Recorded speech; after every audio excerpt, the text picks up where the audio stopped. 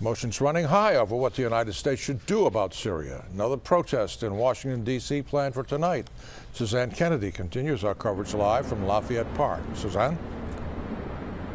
The protests will start in about an hour and a half. This as cabinet members are making their case on Capitol Hill. As signs are being prepared for a White House protest just hours away, opponents of a strike against Syria speak out at a Senate hearing. Say no to war in Syria. The American people do not want this. One side of a contentious issue over whether the U.S. should take action. We know that President Obama is on a major campaign to sell this war to members of Congress as well as to the American public, but we know that the majority of people are still against this war. U.S. side of the Middle East.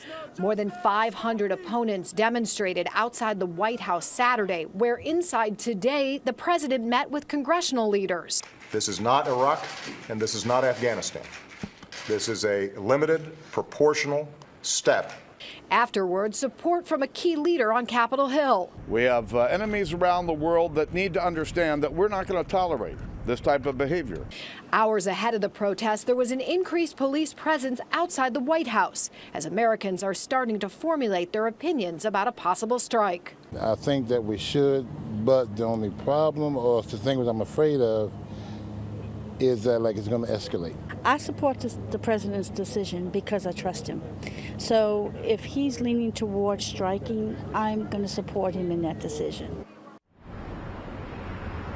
Another protest is scheduled for this weekend as Congress prepares to take a vote on whether to strike against Syria. In Northwest Washington, Suzanne Kennedy, ABC 7 News. And Suzanne, we have a new Washington Post ABC News poll that finds that most Americans oppose a strike on Syria. 59% of those polled say that they oppose military action, while just 36% support it. Americans polled say that they would be more willing to support action if Britain and France joined in.